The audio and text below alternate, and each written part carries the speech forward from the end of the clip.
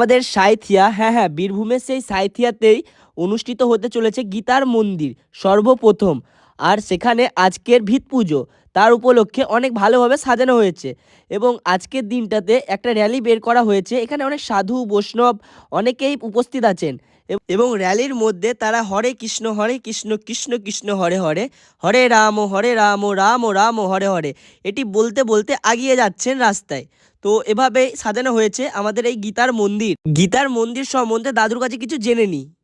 আজকে যে প্রথম এসেছি, আচ্ছা, এটা আমার খুব ভালো লাগছে এবং আমাদের 18 ক্ষেত্রে যে গীতা মন্দির হবে, গীতা পাঠশালা চলছে বহু জায়গায়, হ্যাঁ সেটা আরো বিকশিত হোক, এইটা আমি চাই।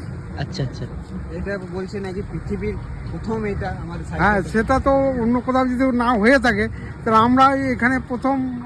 আর আজকে এখানে ভিত পুজো নাকি?